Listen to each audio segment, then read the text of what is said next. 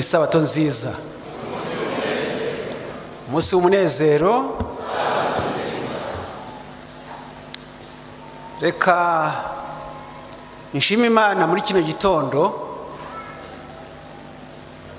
yatumye uyu munsi nzahangaha, yatumye buri muntu wese agira amahirwe yo kuza kuruhukira ahangaha. Hariho igihe kimwe ubundi tutabiha agaciro, ariko twari dukwiriye kubiha agaciro uko bukeye n'uko bwije.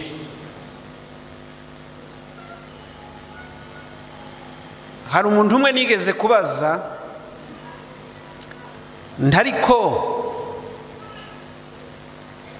hari anniversaire yawe izaba ryari? Arambwira ati iba buri munsi.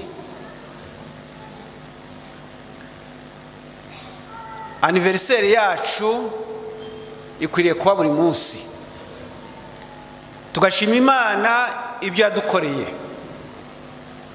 ko yaturamukijeho. Reka nanone nshimire umuyobozi wa Firidi wandaritse kugira ngo nze kuruhukana namwe.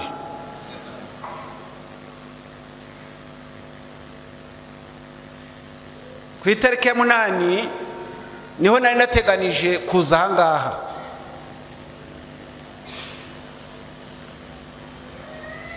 Hari benshi mu bizera bari ahangaha bagiye bohereza ubutumwa ko naza ahangaha. Reka mbashime uko kurarika kwanyu. Ku itariki ya 8 nifuzaga kuhazana umuyobozi wa diviziyo kugira ngo aruhukane namwe.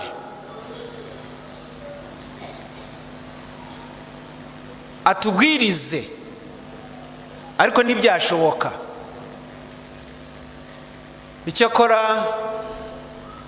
ku itariki ya 7 nabashiye kumugeza ahangaha.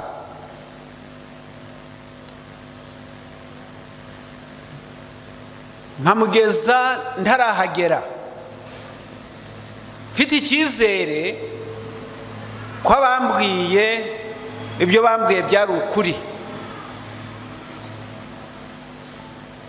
Tuhageze twarishimye cyane. Reka mbonereho gushima abizera b'iri torero, mbashimire kandi mbikuye ku mutima.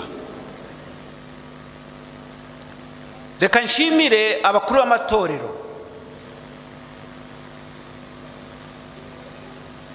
reka nshimire pasitoro, ariko cyane cyane abakuru b'amatorero, kuko nibo bahahora iteka.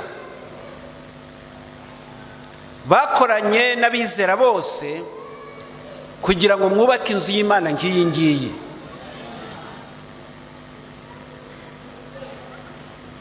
Uwaza ahangaha ntabwo yakurwa n'isoni. Uwaza ahangaha yabona koko yuko Imana yacu twayihaye agaciro. Benshi turi mu mazu meza y'ibitangaza, ariko no kugira ngo twibuke naho ubwoko bw'Imana bukwiriye guteranira ni amahirwe atangaje.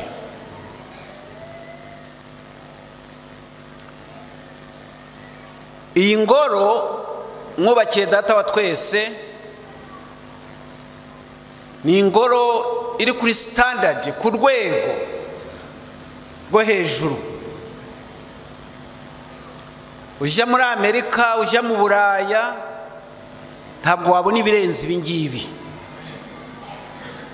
Ndashima rero umuhati, umutima,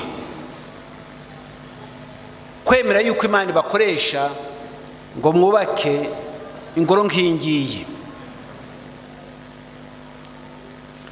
hari abizera bamwe bagize uruhare rukomeye, reka mbashime mu izina rya Yesu.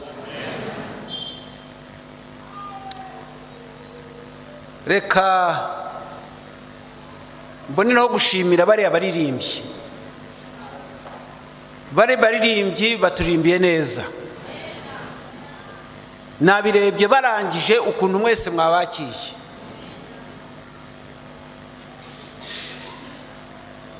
Ubwo twari hamwe nababwiye nti ikibwirizwa cyanyu mumaze ukwezi mwitegura, mukibwirize neza. Bakibwirije. Ikindi nibagiye kubabwira ni ukubasabira kugira ngo bazaririmbe mu bwami bwo mu ijuru. Ko kuririmbira ahangaha bikarangirira ahangaha, kuri wa munsi umwe akareba ati reka ture muri korale yacu ababashije kurokoka hakabura n'umwe, byaba bibabaje. Ndasaba Imana yabahaye impano yo kuririmba kugira ngo iyo mpano bayikomeze, izatume bagira igihe baririmbira mu bwami bwo mu ijuru.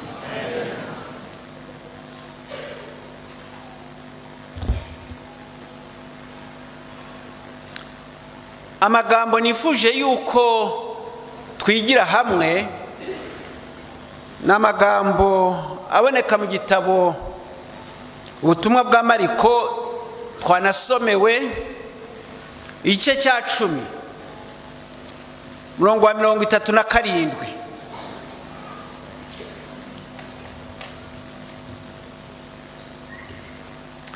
Reka tuasome Mariko igice cya 10 umurongo wa 37.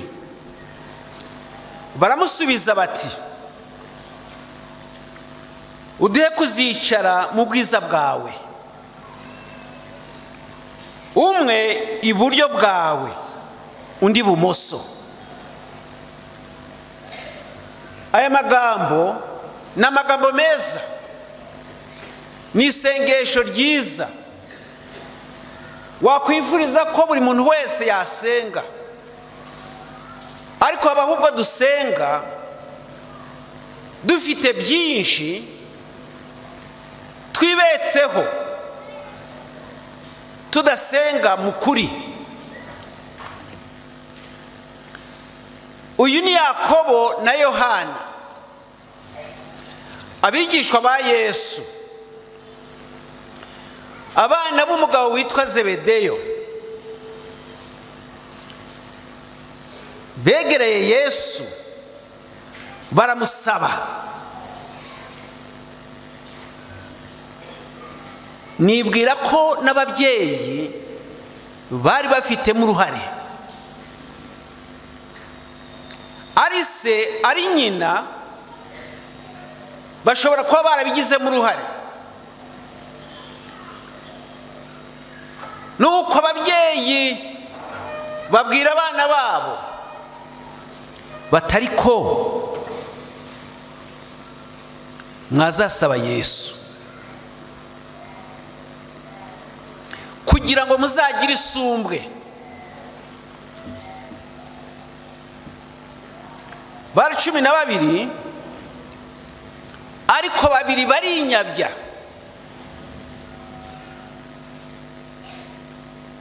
Bagenda bagiye guhakwa kuri Yesu, ariko bamuhakwaho mu buryo bw'amafuti, ariko mu buryo bugaragara ko ari byiza. Nuko baramubwira bati, uduhe kuzicara mu bwiza bwawe.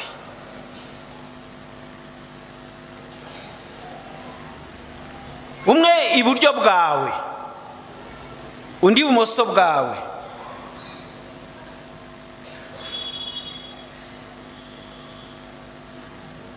Mbese mwumvise icyo basabye? Ntabwo ryari isengesho ryiza? mu magambo ryaba ryari isengesho ryiza, ariko mu mutima wabo ntabwo ryari ryiza.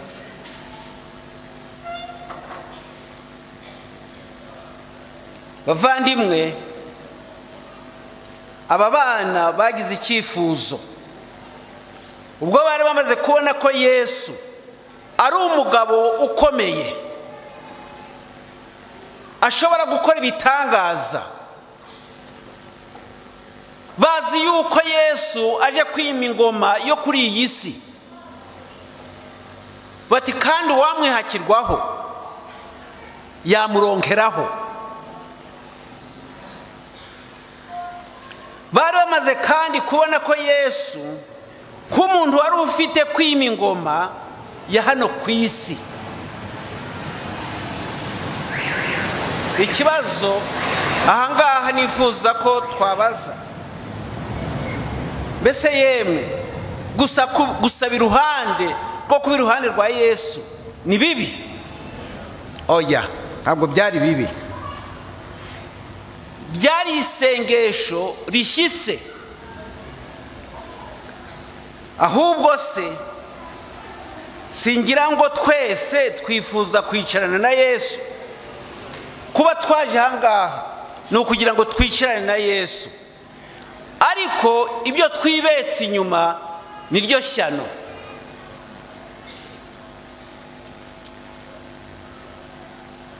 Bose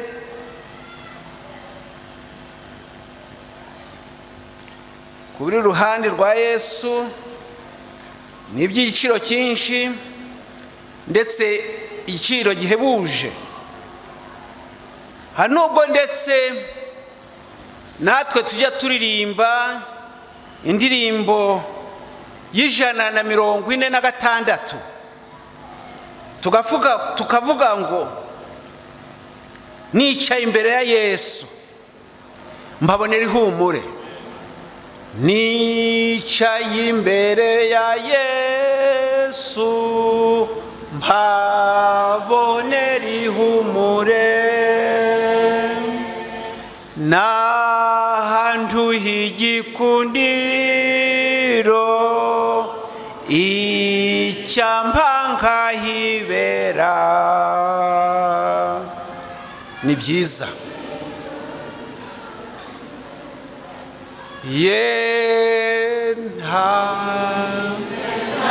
Ubugoryi kumuhanga amasoni byo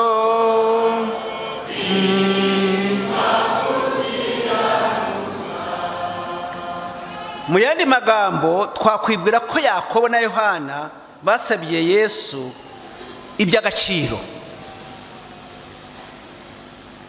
Oya, bavandimwe, Mwami wacu Yesu yagiye ategwa imitego. Yateze imitego bigeza n'igihe ayitegwaho n'intumwa ze. Intumwa yari yarigishije, ariko arazigisha ntizabasha gusobanukirwa ngo bamenye uko bagomba gusaba. Yesu ari hano ku isi, iyo abafarisayo babazaga Yesu, kenshi babaga bamuteze imitego bagira ngo nasubiza atya yisha amategeko ya Mose, noneho cyangwa se nasubiza ukundi araba yisha amategeko y'Abaroma. Ngako akaga Yesu yari afite.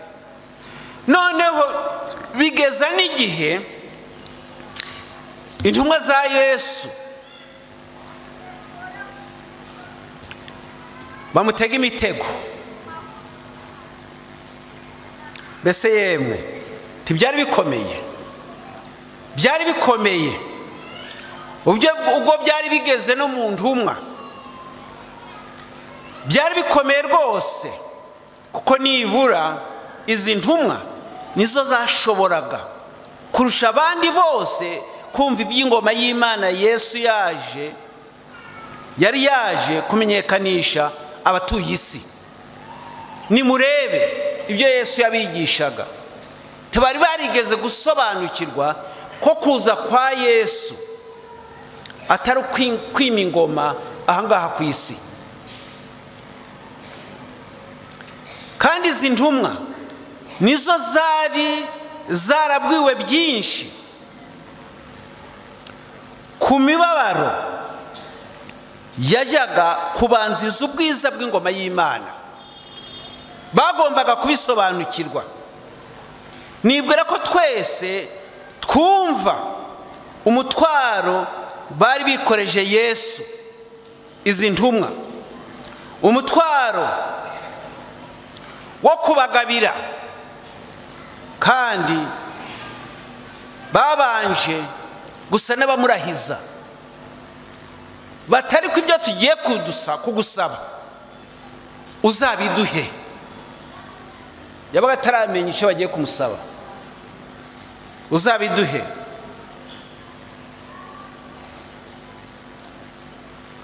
Ese Yesu yarabuze icyo yatanga?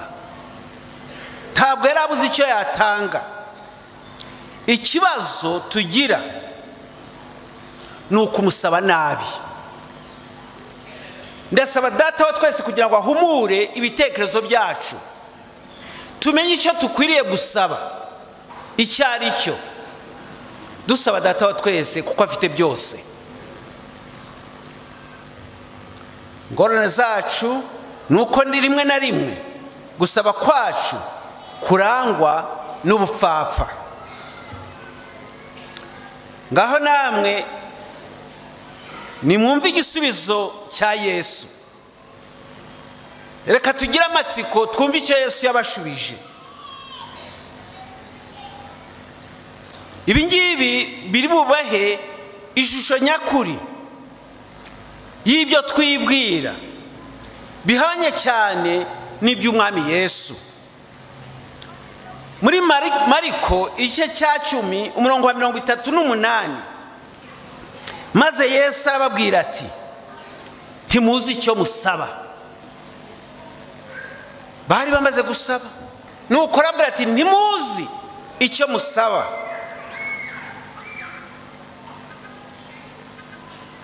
Yesu yaje no kubabaza ati, mbese mushobora kunywera ku gikombe nzanyweraho? Kuko iyo mubimenya ntimwari kumbwira ibi ngibi. Iyo mwamenyaga icyerekezo cyanjye ntabwo mwari mukwiriye kugira. Yongera kubabaza ati, mbese mushobora kubatizwa umubatizo nzabatizwa? Nabwo nibwira yuko batabashe kubisobanukirwa, nubwo bari bamaranye na Yesu igihe kirekire. Aha Yesu yashaka kubabwira iby'umubabaro, iby'urupfu yajyaga kunyuramo ngo aduheshe agakiza.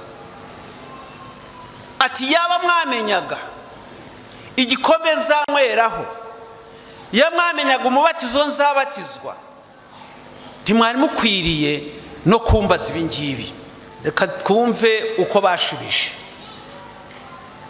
Ku murongo wa 39 baramusubiza bati, turabishobora.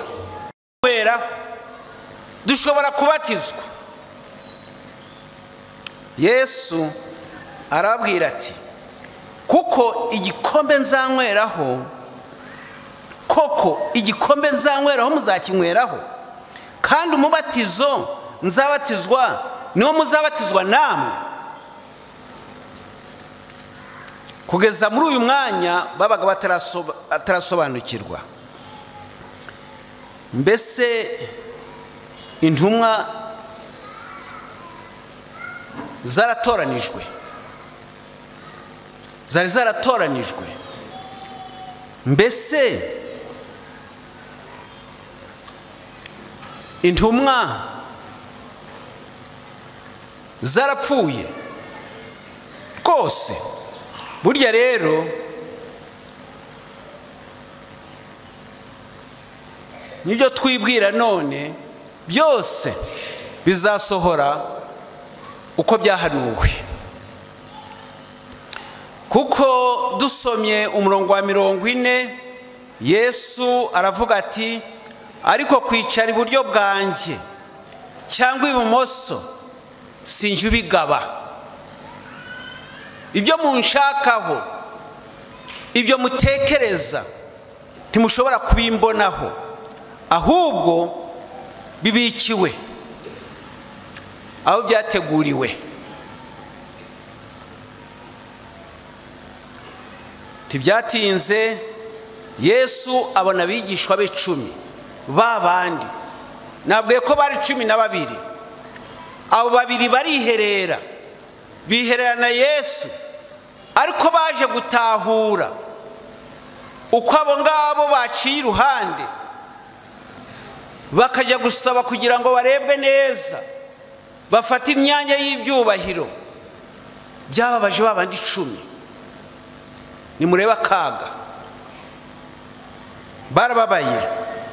Bandi ba 10 babyumvise batangira kurakarira Yakobo na Yohana.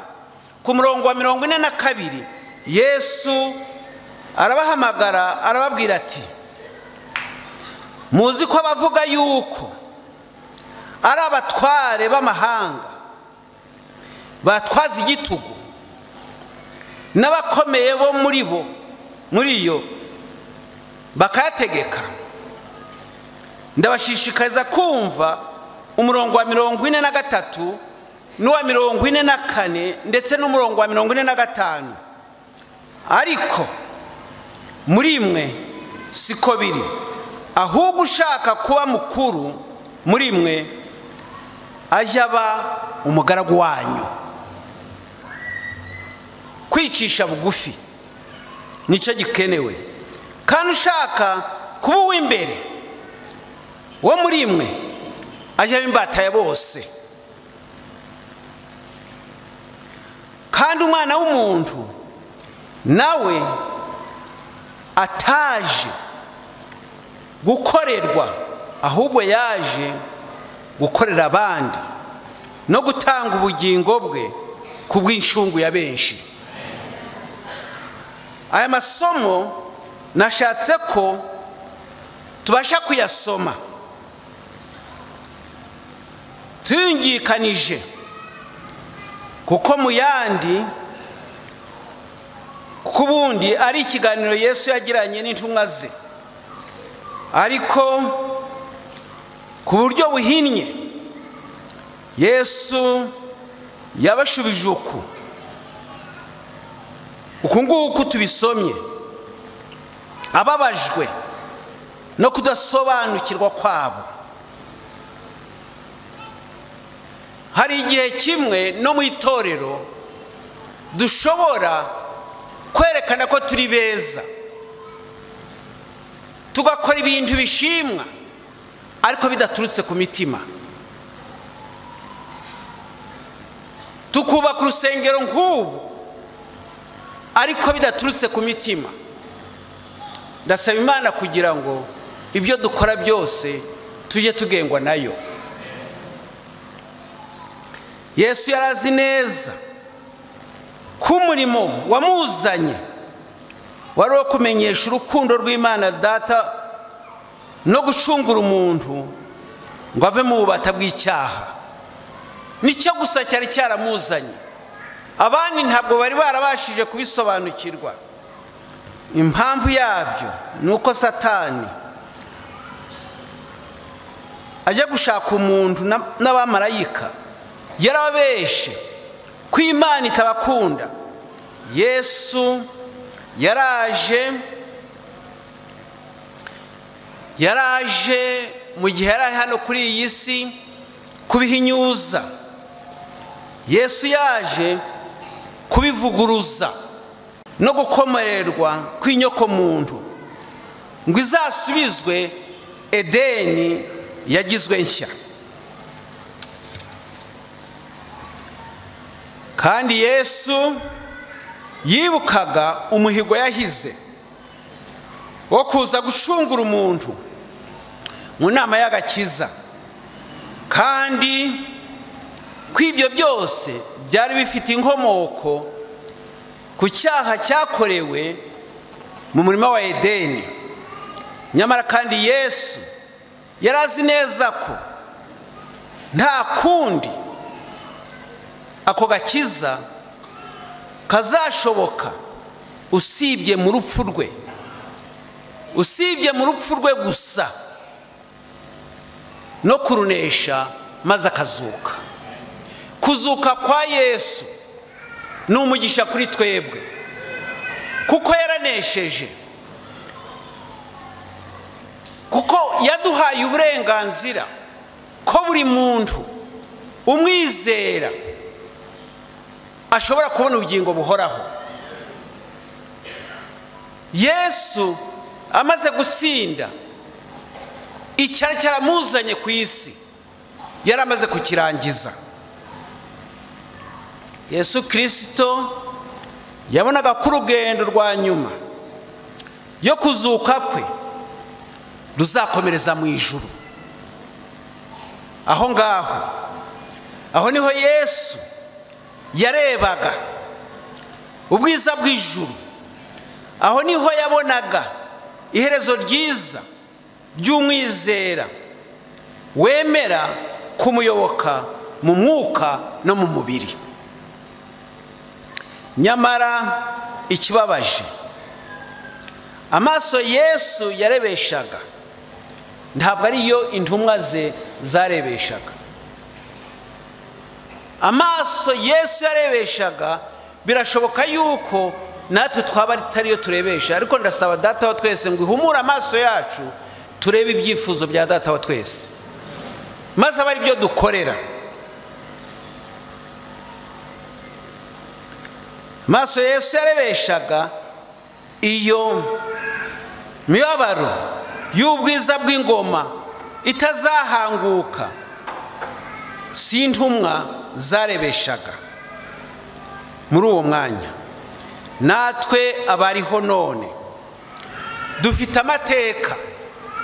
amateka twigishijwe uko twaremwe by'agahebuzo, amateka twigishijwe uko twacungujwe amaraso y'umuziranenge, kandi twahawe amasezerano y'agahozo atagira ingano. Mbese twebwe ibyo tujya tubyibaza ngo tubitekerezeho? Twumvise ko Yakobo na Yohana bari bibereye mu myanya y'ibyubahiro, ngo umwe yicara iburyo undi yicara ibumoso. Iyaba nibura icyo nacyo cyari icyifuzo cyo kwicira iruhande rwa Yesu mu bwami bwo mu ijuru, bakaba barasabye bati turagusaba kugira ngo tuzicare iburyo bwawe turi mu bwami bwo mu ijuru. Iryo ryagombaga kuba ari isengesho rishyitse. Birababaje ko bamusabaga ko yabicaza muri uwo mwanya i Yerusalemu, ariko Yerusalemu yo muri iyi si, hahandi mwebwe nanjye abariho none tuzi ibyaho. Hari igihe kimwe nifuje kugira ngo njye Yerusalemu njye kuhareba, ariko bene data namwe bashiki banjye, ibyo nahabonye ntabwo birenze ibyo mu Rwanda. Ibyo nabonye muri Isirayeli n'amazi, ntibagira amazi. Hari ahantu hamwe usanga mu butayu baragiye bashyira amatiyo kugira ngo azene utuzi, kuko nta mvura ihari. Bamwe bakifuza kujyayo i Yerusalemu. Ndagira ngo aho ngaho siho twifuza kujya, muri Palestina yo ku isi ntabwo ariyo twifuza. Ngaho aho abatizera bagarukira mu byifuzo byabo, reka ibyifuzo byacu bibe byo gushaka Yerusalemu yo mu ijuru. Reka ibyifuzo byacu bibe muri Palestina yo mu ijuru.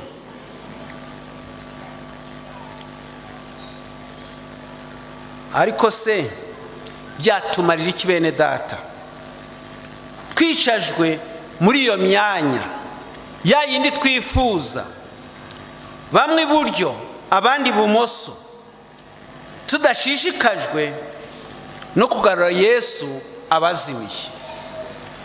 Umugambi dufite ku itorero ryacu muri kino gihe ni ukugira ngo tugarurire Yesu abazimiye. Nibura umuntu wese afata intego y'umwaka, nibura ati uyu mwaka ndashaka kugira ngo nzagarure umuntu umwe, kandi ibyo wowe nanjye dushobora kubikora. Ngiye intego y'itorero muri kino gihe, ngiye intego Yakobo na Yohana batari bafite. Bitabaye bityo twaba tugiye kwicara i Yerusalemu ya none, ariko se ngo bizatumarira iki? Ibyaho birubakwa uyu munsi hariya i Yerusalemu, ejo bigasenywa. Nyamara tuzi neza ko Yesu yagiye kudutegurira hacu. Aho ngaho niho nifuza ko twese twamaranira.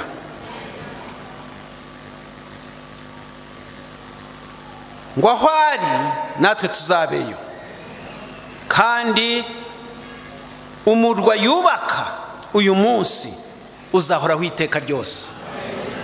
Ntabwo ari umurwa uzasenywa nk'uko bamwe bubaka, intambara ikaza bigasenyuka. Umurwa wari mwiza, ariko Data wa twese atwubakira ntabwo uzasenyuka. Mureke duhereye none twibuke inshingano yacu, inshingano twasigiwe n'umwami wacu Yesu Kristo. Ubwo uwo bizagora kwibuka aje yibuka, nibura yibuka ko hariho ubutumwa bwiza bwa Matayo iteka mu buzima bwawe.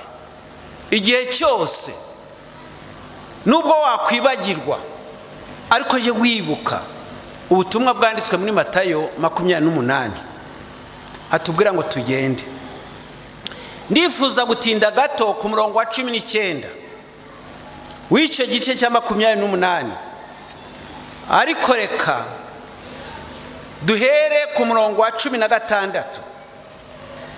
Hariya havuga hati, nuko abigishwa 11 bajya i Galilaya ku musozi Yesu yabategetse. Umurongo wa 17, bamubonye maze baramupfukamira, ariko bamwe barashidikanya. Uwo ni nka Tomasi washidikanyaga. Ku murongo wa 18 naho hati, nuko Yesu arabegera avugana n'abati, nahawe ubutware bwose bwo mu ijuru no mu isi. Ngubwo ubutware Data wa twese afite. Ku murongo wa 19, nuko mugende. Icyo ngicyo nicyo nashaka kubabwira. Ndasaba kugira ngo umuntu wese uraha ngaha abigira intego muri kuno kwezi kwa 4, mu kwa 5, mu kwa 6, mu kwa 7, bizageze mu kwezi kwa 12, nibura hari umuntu nagaruye Data wa twese. Ku isabato mperutse guteranira hariya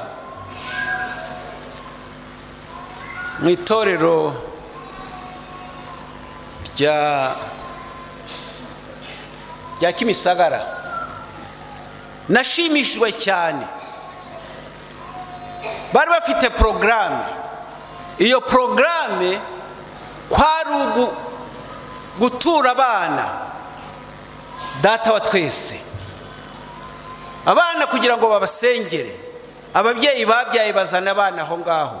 Ariko icyanshimishije nuko n'ababyeyi batari abadivantisi basabye bagenzi babo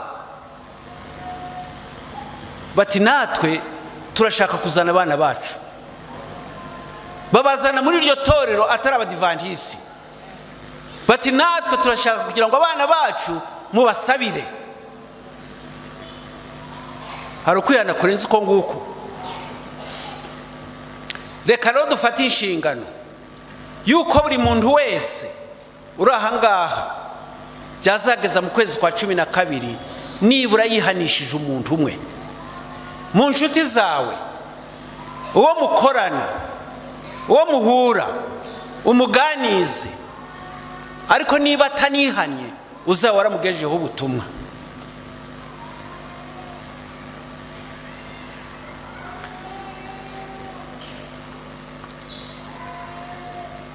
Nuko umurongo wa 19 haravuga ngo nuko mugende. Aho niho nifuza ko dusoma ati nuko mugende. None se yarabwiye ngo nuko nimugende mwicare? Oya, ntabwo ariko yabigize. None niba yaravuze ngo tugende, niki gidutera kumva tugeze mu gihe cyo kwifuza kwicara iburyo cyangwa ngo twicare ibumoso kandi urugendo rugikomeje? Bavandimwe, inshuti, bizera bitorero, icyo kwicara gukomera si iby'ingoma ya Kristo. Turi hano ku isi, ibyo dushakaho ni uguhaguruka maze tukagenda, kandi tugaca bugufi kugira ngo tugere ku bantu icyaha cyashegeshe, ku bantu icyaha cyacishije bugufi, ku bantu icyaha kimye ijambo. Abo nabo bazabashe kuragwa ingoma ya Kristo. Mutyo bene data, duhaguruke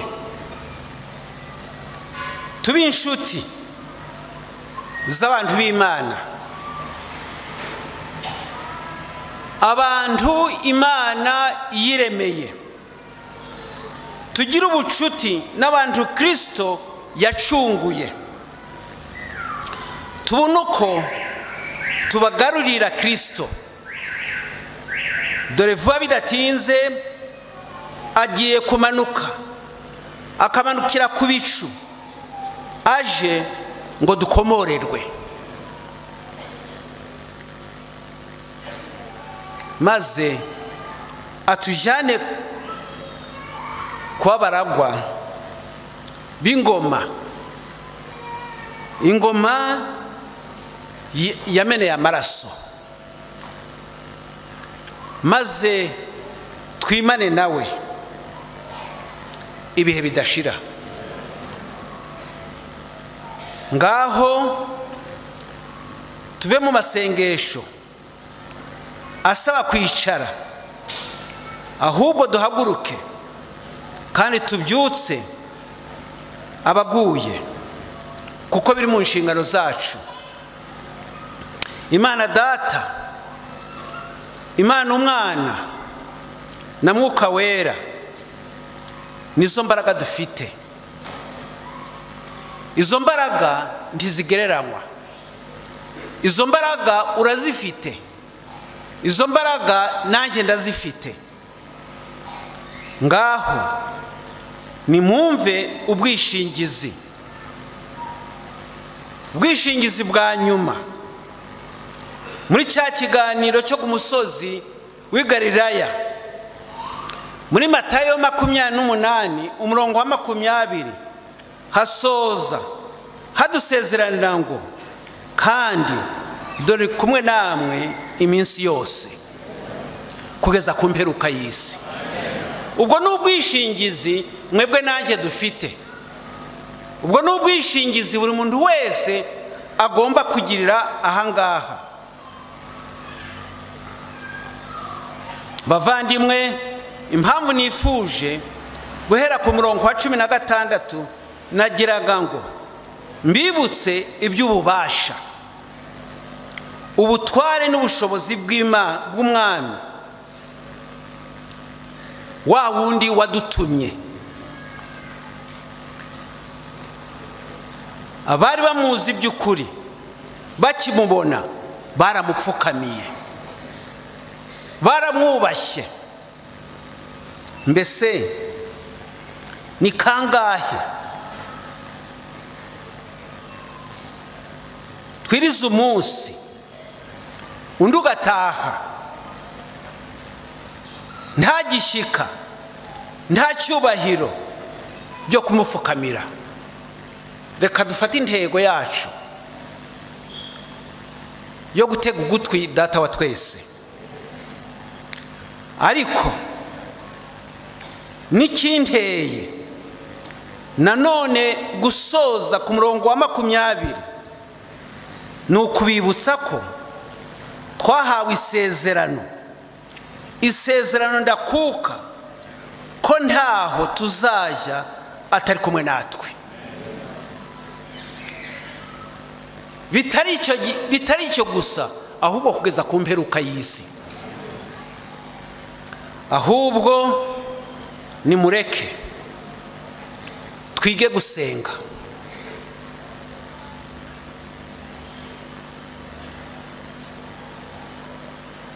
ngo tumenye icyo dukwiriye gusenga, dusaba ibishyitse, twingingire kuzicara nk'uko tubisoma mu gitabo cy'ibyahishuwe. igitabo cy'ibyahishuwe igice cya 3 umurongo wa 21 haragira hati, unesha nzamuha kwicarana nanjye ku ntebe yanjye, ariko intebe yanjye y'ubwami, kuko nanjye nanesheje kicarana na data ku ntebe ye. ndasaba Imana data wa twese ngo yongere kuturebera mu gukiranuka, bityo twongere kuzuzwa imbaraga ya Mwuka Wera ngo tugende, kuko tutacunguriwe kwicara. Imana idufashe gutebutsa ubwami bwayo, ngo butwuzure umutima kandi tubashishe kubwitegura, guteguza abantu bayo tutikanyiza. ibyo byose ndabisaba mu izina rya data wa twese, iry'umwami n'umucunguzi, umucunguzi wacu data wa twese. amen. Kwiringira TV, ubutumwa bwiza kuri benshi, gukizwa kwa benshi. Matayo 24 umurongo wa 14.